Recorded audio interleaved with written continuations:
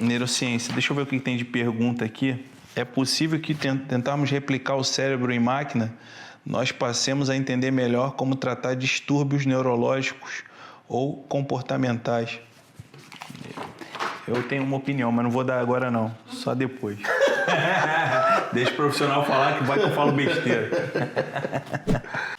Neurociência no estudo da IA. Nós podemos, de fato, utilizar a IA para estudo de parâmetros neurológicos? Conseguimos colocar inteligência em máquinas ao ponto delas raciocinarem muito mais ou primeiro do que nós? Esse é o nosso assunto de hoje, onde nós vamos estar discorrendo um pouco mais sobre essa questão neurológica. Fiquem ligados. Valdemir, você como profissional na área de terapia comportamental, você que, querendo ou não, acaba vendo alguma coisa ligada à parte neurológica de pacientes através de diagnósticos e tudo. Você consegue perceber, com o uso da sua IA, que você já demonstrou algumas vezes para nós aqui em alguns vídeos, que ela consegue, de fato, substituir ou ter características muito próximas ou 100% iguais ao cérebro humano? Você consegue vislumbrar isso ao ponto dela replicar em tão perfeita qualidade que ela consiga dizer para você o que aquele paciente tem, qual é o tipo de síndrome que ele tem, qual é o tipo de emoção que ele tem, praticamente clonando o cérebro daquele paciente?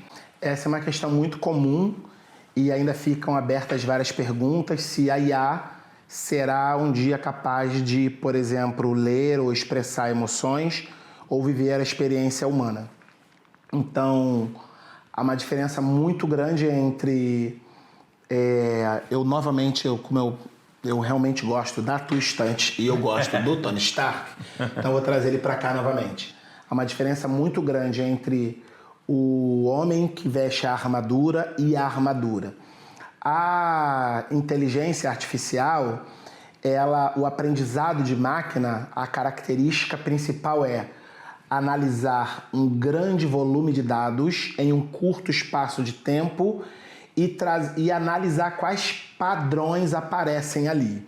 E o relacionamento do homem com a natureza, com ele mesmo, está baseado em emoções, em sentimentos, a sutileza, como você falou, do sarcasmo. Então, há um outro nível de repertório de comportamento que isso a inteligência, a IA ainda não tem. E aí o meu termo ainda é porque é uma questão aberta mesmo. Por outro lado, a capacidade da inteligência artificial analisar dados num volume muito maior do que nós é absurda. Então, nós vamos lembrar que no tempo que eu tenho 17 anos de formado, na minha época de faculdade, eu ia para a biblioteca e fazia uma pergunta para mim mesmo ou para a bibliotecária, ela me dava mais ou menos uma sessão, eu tinha que ir lá pegar 10 livros, sentar e ir procurando naqueles livros, perdia dias às vezes.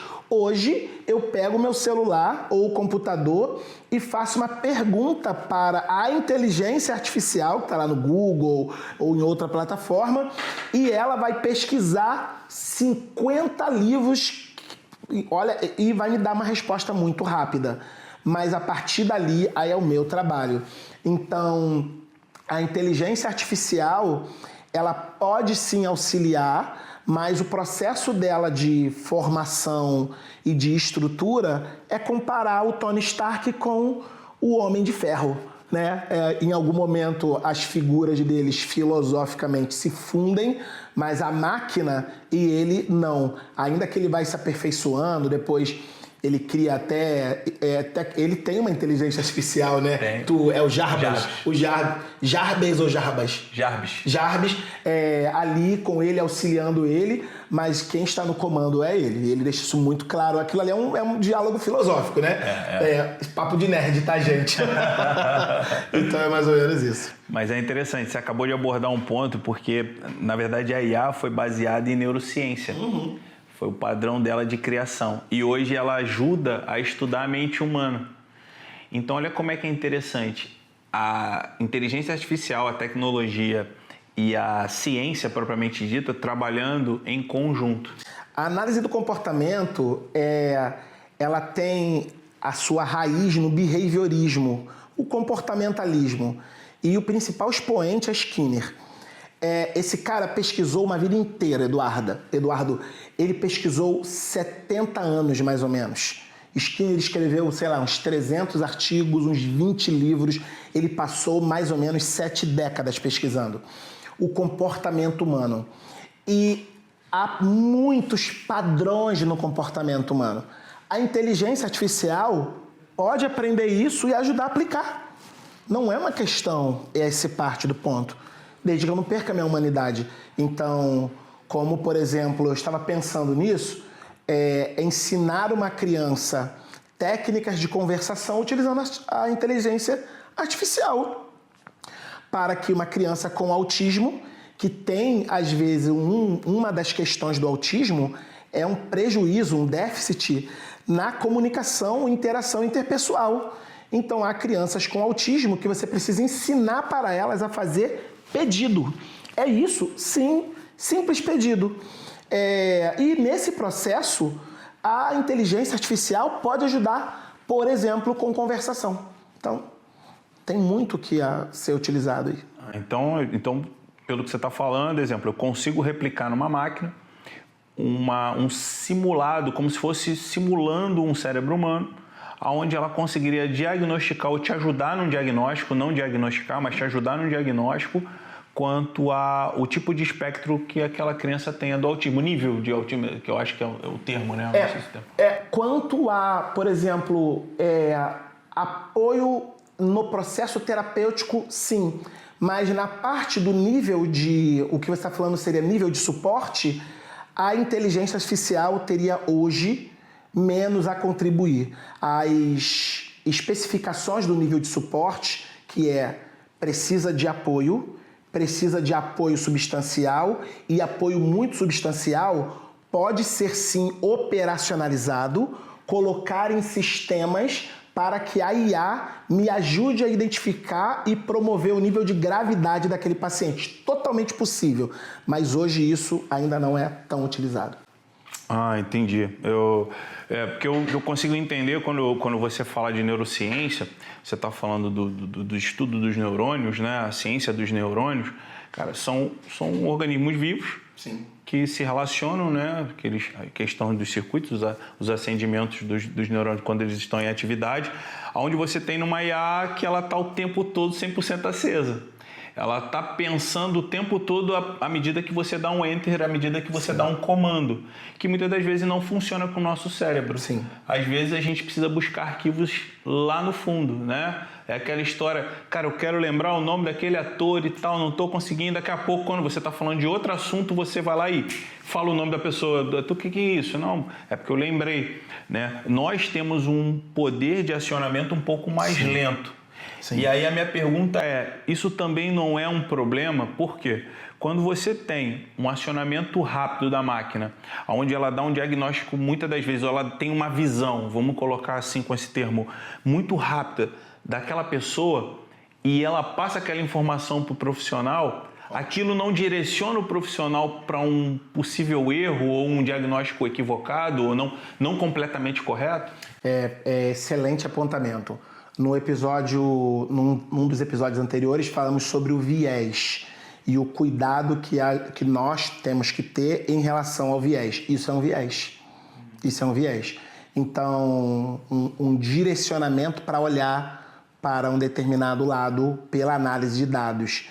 Um exemplo do que você está falando quando nós vamos comunicar o diagnóstico de autismo de uma criança para uma família, do jeito que tem 1001 maneiras de se comer Neston, também tem 1001 maneiras de se comunicar esse diagnóstico. E isso é muito perigoso, porque aceitar um diagnóstico de autismo é uma situação que gera muitas vezes muito sofrimento numa família. E como eu irei fazer isso? Vou delegar isso a uma máquina? Isso é uma ação humana. Não posso. Então, A inteligência artificial, nesse ponto, precisa ser usada com muito cuidado. Porque se eu não dou time para aprender a pausa que a gente precisa ter para, por exemplo, preciso dar uma resposta. E aí, nós somos empreendedores. Quantas vezes nós precisamos dar uma resposta, mas antes de dar uma resposta, precisamos de uma noite de sono para o cérebro poder adaptar bem o pensamento, decantar, e aí nós tomarmos decisões melhores. A inteligência artificial, não, você provocou, ela está te respondendo. Você provocou, ela está te respondendo. Inclusive te respondendo errado, porque ela tem que te trazer uma resposta, ela pode trazer qualquer resposta. Perfeito.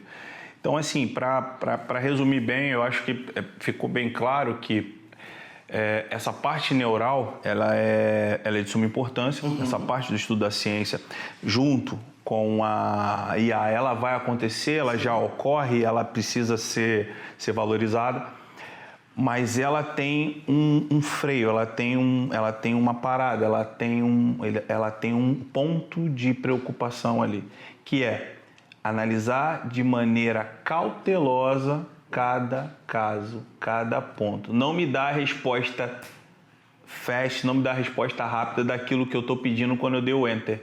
É analisar o caso como um todo.